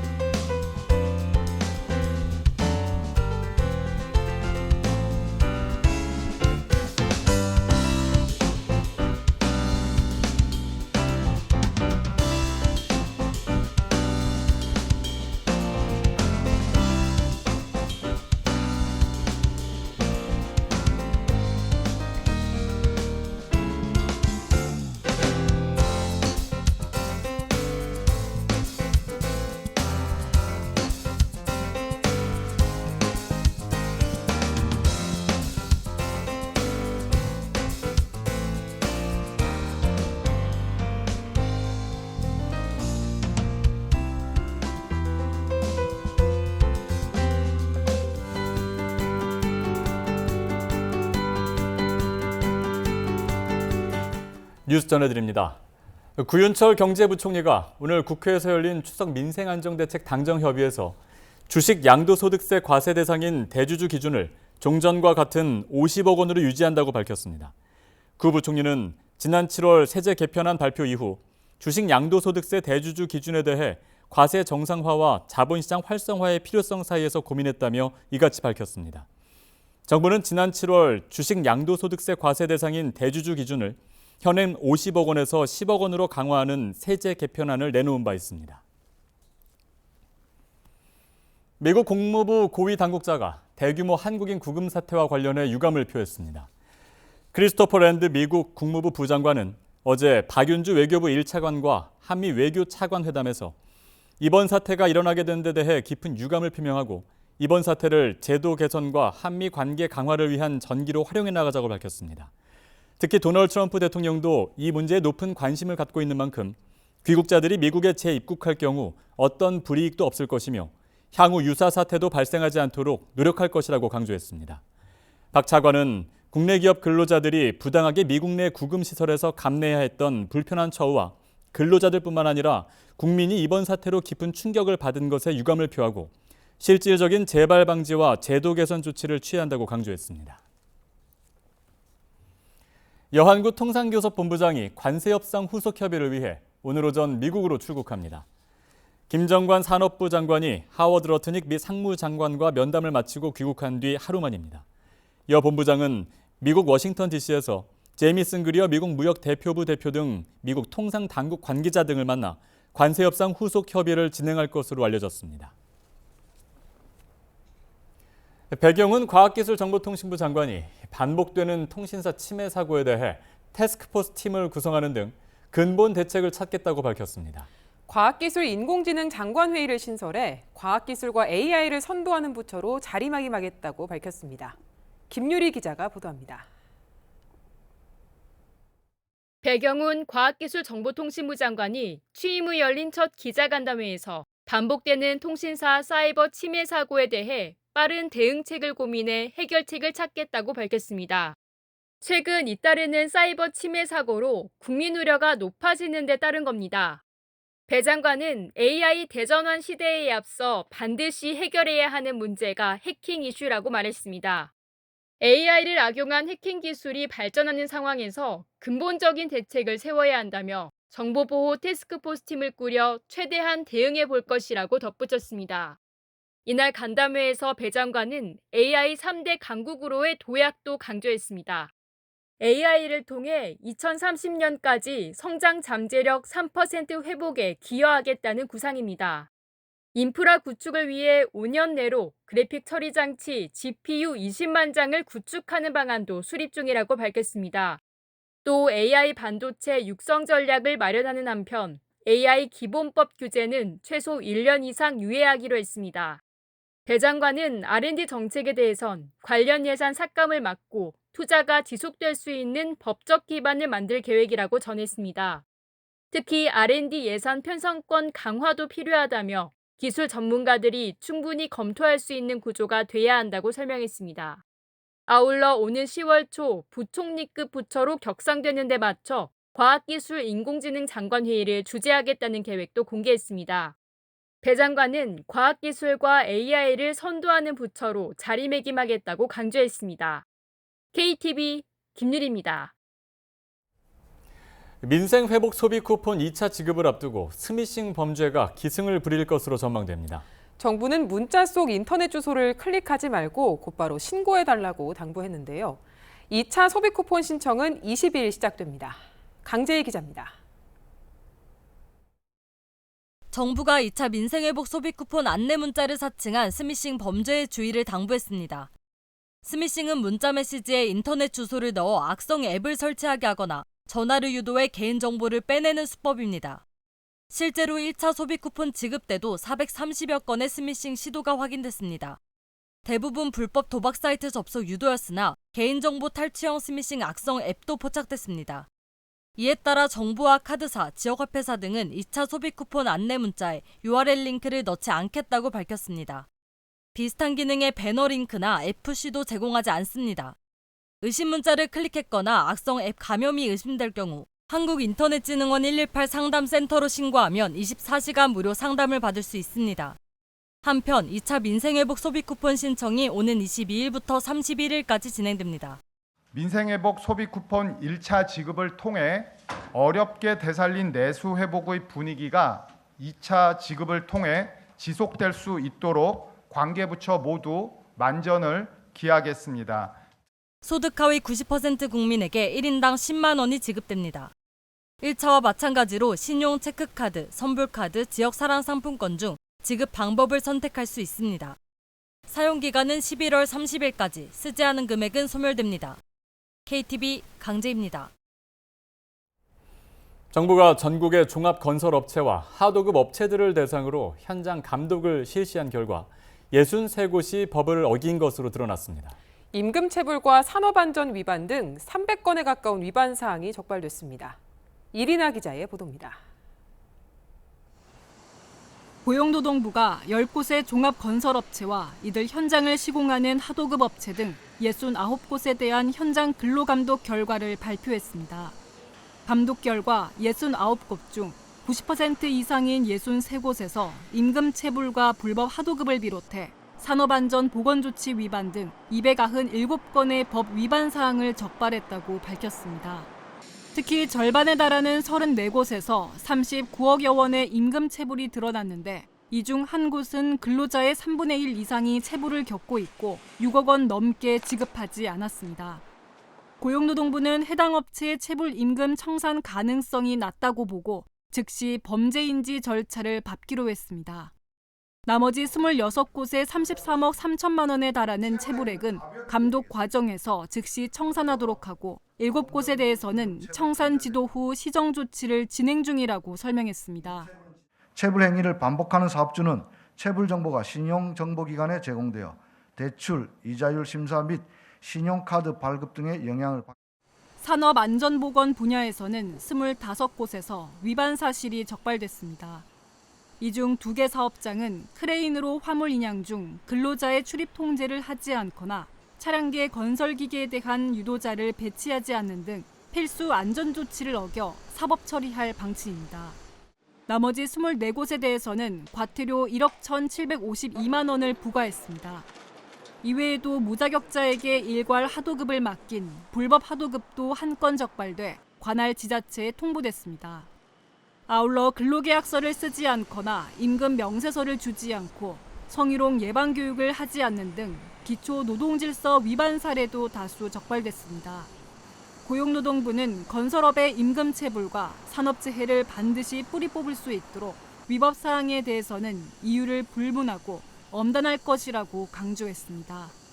KTV 이리나입니다. 저축에게 정부가 기여금을 적립하는 청년 미래적금이 내년 6월 출시됩니다. 정부는 저축에서 발생하는 이자 소득에 대해서도 비과세 혜택을 적용할 계획입니다. 김경호 기자입니다. 저축 청년에게 정부가 기여금을 지원해 목돈 마련을 돕는 청년 미래적금. 기존 청년 도약계좌와 비교해 만기 부담을 5년에서 3년으로 줄였습니다. 가입자가 3년 동안 매월 50만 원씩 저축하면 정부가 납입액의 6%를 기여금으로 적립해줍니다. 중소기업 취업 청년은 지원율이 인상됩니다. 중소기업에 신규로 취업한 청년에게는 정부 기여금을 2배로 매칭하여 근속을 돕겠습니다. 만기 시 총 저축액은 이자를 제외하고 2천만 원 내외로 예상됩니다. 구체적인 이자율은 은행의 사업 참여 이후 확정될 예정입니다. 청년 미래적금 가입 대상은 개인소득 6천만 원 이하이고 가구 중위소득이 200% 이하인 청년입니다. 소상공인의 개인소득 기준은 연매출 3억 원 이하로 설정됐습니다. 정부는 앞으로 이자 소득에 비과세 혜택을 부여하는 방안도 추진합니다. 기존 청년 도약계좌 가입자가 청년 미래적금으로 갈아타는 길도 열어주기로 했습니다. 또 내년 6월 상품 출시를 목표로 매월 정례회의를 열어 상품 설계를 구체화할 계획입니다. KTV 김경호입니다. 한국산으로 둔갑해 미국으로 불법 수출된 중국산 금 제품이 세관 당국에 붙잡혔습니다. 미국의 고관세를 피하려고 상대적으로 낮은 관세율이 적용되는 한국산 지위를 악용한 건데요. 올해 들어 이렇게 적발된 불법 우회 수출 규모가 지난해보다 14배 늘었습니다. 조태영 기자가 보도합니다. 박스 안에서 수십 개의 비닐봉지가 나옵니다. 미국 수출용으로 포장된 중국산 금 가공 제품입니다. 그런데 미 세관에 제출할 원산지 증명서에는 한국산으로 기재돼 있습니다. 관세청은 지난달 중국, 베트남, 인도네시아산 금 가공 제품을 미국에 우회 수출한 국내 귀금속 업체 7곳을 적발했습니다. 우리 세관에는 외국산으로 신고하고 미국 세관에는 허위 원산지 증명서를 첨부해 한국산으로 속였습니다. 적발 규모는 총 2,839억 원에 달합니다. 미국으로부터 상대적으로 낮은 관세율이 적용된 한국산 지위를 악용한 겁니다. 아무래도 중국의 관세율은 사실은 바이든 행정부터 굉장히 많이 올렸고 이번 트럼프 대통령이 기존보다는 올린 상태이기 때문에 아무래도 관세 차원에서 우회 수출하는 것이 분명히 이익이 있다. 올해 미 관세 여파로 불법 우회 수출 규모가 급증했습니다. 1월부터 8월까지 적발된 우회 수출은 약 3,569억 원. 지난해 같은 기간보다 약 14배 늘었습니다. 외국 기업이 한국 현지 법인을 이용하는 경우도 적발됐습니다. 포장만 바꿔 국산으로 둔갑하는 이른바 택가리 수법입니다. 관세청은 미 우회 수출 단속을 강화하겠다고 밝혔습니다. 지난 4월 신설한 무역안보 특별조사단 등을 통해 집중 단속할 계획입니다. 또 AI를 활용한 수출입 모니터링도 늘릴 방침입니다. 아울러 국정원, 산업부 등 국내외 기관과의 공조수사를 확대하겠다고 전했습니다. KTV 조태영입니다. 최근 의류 제품 구매자들 사이에 SNS에서 실시간 방송으로 소통하며 제품을 판매하는 라이브 커머스가 인기입니다. 그런데 정당한 환불 요구를 거절당하거나 판매자와 연락이 끊기는 등 소비자 피해가 늘고 있어 주의가 필요합니다. 최유경 기자가 보도합니다. 2달 전 SNS 실시간 방송을 통해 원피스를 산 A씨. 제품에 하자가 있어 사흘 뒤 환불을 요구하자 돌아온 건 교환만 된다는 대답이었습니다. 절대로 안 된다고 막 그러는 거예요. 옷이 찢어져가 약간 올이 나가갖고 손마디 한 1cm 정도 되게 이렇게 구멍이 나 있는데. A씨는 반품 택배비를 내겠다고도 했지만 판매자의 일관된 거절에 결국 소비자원 중재를 통해 한 달이 지나서야 환불받았습니다. 최근 SNS를 통한 라이브 커머스가 새로운 구매 방식으로 떠오르면서 관련 소비자 불만 사례가 늘고 있습니다. 최근 3년간 소비자원에 접수된 관련 상담은 모두 444건으로 해마다 느는 추세입니다. 상담 사유 절반은 청약 철회 거부였습니다. 다음으로는 제품 하자 등 품질 불만과 계약 불이행으로 인한 신청건이 비슷하게 많았습니다. 청약 철회 거부 관련 분쟁 사유로는 단순 변심으로 인한 환급 불가가 가장 많았습니다. 또 판매자가 연락을 피하거나 하자를 인정하지 않는 경우도 다수였습니다. 관련 법상 소비자 단순 변심이어도 제품을 받은 날로부터 7일이 넘지 않으면 청약 철회가 가능합니다. 소비자원은 라이브 커머스는 피해 입증이 어렵다는 특성상 이용자의 각별한 주의를 당부했습니다. 일반적인 온라인 쇼핑몰은 상품 판매 페이지에 상품 관련 정보나 교환, 환급 정책 등을 상세히 안내하고 있지만 SN 라이브 커머스는 특성상 채팅이나 음성 대화 등을 통해서만 확인할 수 있습니다. 세부 정보나 거래 조건 등을 녹화, 녹음, 캡처해서 입증 자료를 확보해 두는 것이 좋겠습니다. 피해 예방을 위해 구매자는 거래 전 판매자 정보를 반드시 확인하고 결제는 안전거래 서비스나 신용카드 할부를 이용하는 것이 좋습니다. KTV 최유경입니다. 이재명 대통령이 오늘 오후 제1차 핵심 규제 합리화 전략회의를 주재합니다. 회의는 민관 합동회의 플랫폼으로 신산업 성장을 가로막는 규제를 해소하기 위해 신설됐습니다. 첫 회의에선 자율주행 시범운행 실증 지역을 큰 폭으로 늘리는 방안과 산업 현장 로봇 도입 확대를 위해 불필요한 규제를 일괄 정비하는 내용이 논의됩니다. 조현 외교부 장관이 17일부터 18일까지 중국 베이징을 방문해 왕이 중국 외교부장과 새 정부 출범 후 첫 한중 외교장관 회담을 가집니다. 양측은 이번 회담에서 다음 달 경주 에이펙 정상회의 계기, 시진핑 중국 국가주석 방한과 한중 전략적 협력 동반자 관계의 성숙한 발전을 위한 다양한 방안을 논의합니다. 회담에선 북핵 문제와 관련한 중국의 입장과 건설적 역할 등도 중점적으로 다뤄집니다.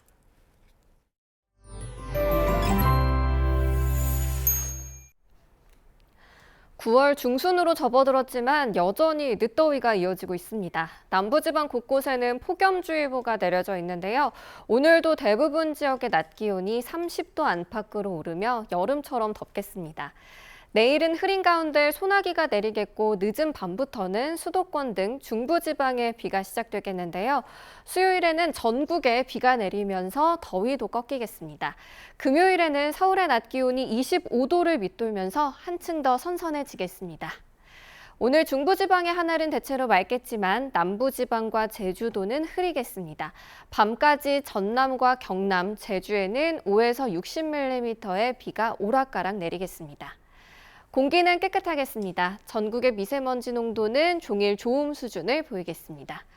오늘 한낮 기온은 서울과 대전 30도, 강릉과 대구, 부산은 31도까지 오르겠습니다. 비는 수요일 밤에 대부분 그치겠지만 강원 동해안 지역은 목요일 오전까지 이어지겠습니다. 날씨였습니다. 오늘부터 KTX 추석 승차권 예매가 시작됩니다. 명절을 앞두고 매번 기차표 예매 전쟁이 발생하는데요.